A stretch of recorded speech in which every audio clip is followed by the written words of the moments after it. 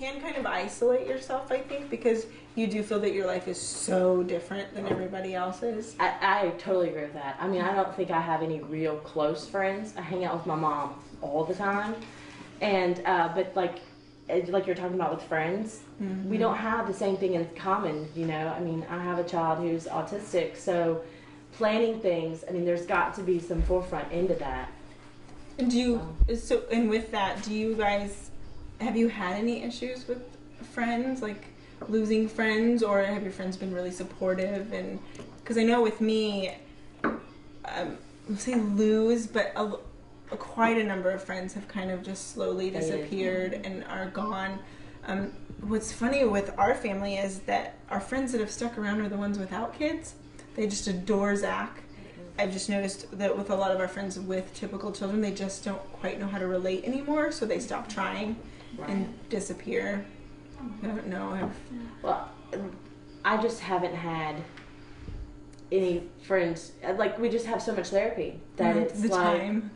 It's like even all the little ones, you know, you have all the little ones too that kind of hinders you from going out and meeting, you know. Or you say no 100 times in a row because you're like, oh no, well they have a nap at that time so I can't go.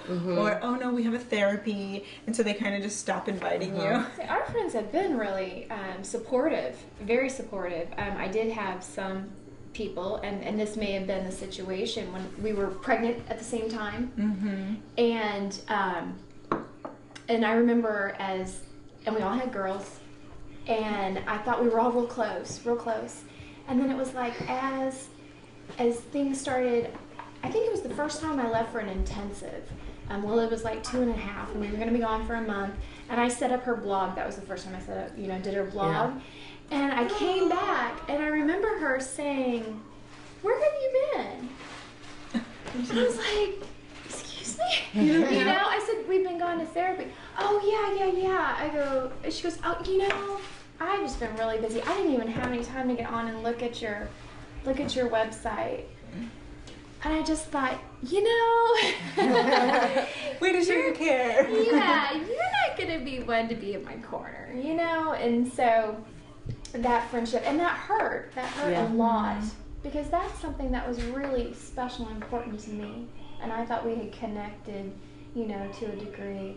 But we've got a lot of really great friends who are very supportive, and offer to watch her, and they're really great. And we may go 3 months without seeing each other. Yeah, you're good friends. You can do that. Those are the good friendships. You cannot talk. They call us up and they're like, "Hey, let's get together for dinner." Okay, and it's like there's no. And they understand that you may say no 100 times, but they're going to catch you on that one night that you can there's go no out. awkwardness because you haven't talked in a long time. I think that's why I don't reach out for friends, is because I'm afraid of the shutdown. I'm afraid of, they're not going to understand that I have to go away for 3 weeks of intensive, and that I guess another thing would be, them looking at me while I'm leaving my other children to go do intensive or trying to organize this all. I guess that's why I say because they just don't understand. I just keep my life closed down and keep doing my thing. Yeah, because we found that with, even with fundraising, where people will they don't have a child that needs the extra stuff, but they're like, "I would never."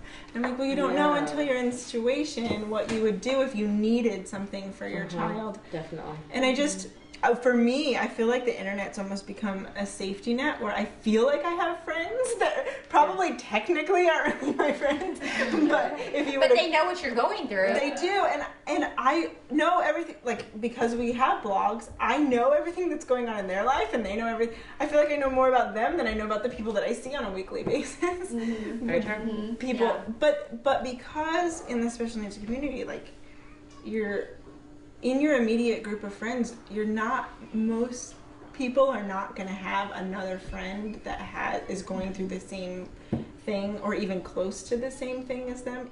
Like you said, we're gone, doing therapies and everything else so much that, people, we can't go to lunch, we can't go shopping or whatever, with our girlfriends. I have found some of my best friends, they're new friends, last couple of years new, but some of my best friends right now I've met in the waiting room at therapy.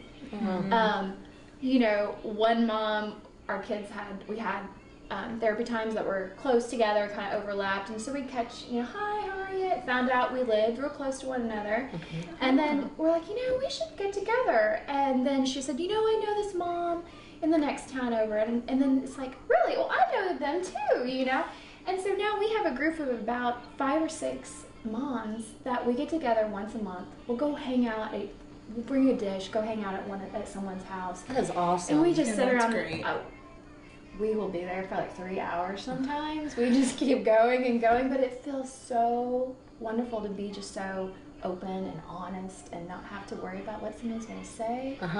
And it's just been it's been huge. It's been huge for us. Awesome. That's great. Yeah, It is great. Yeah.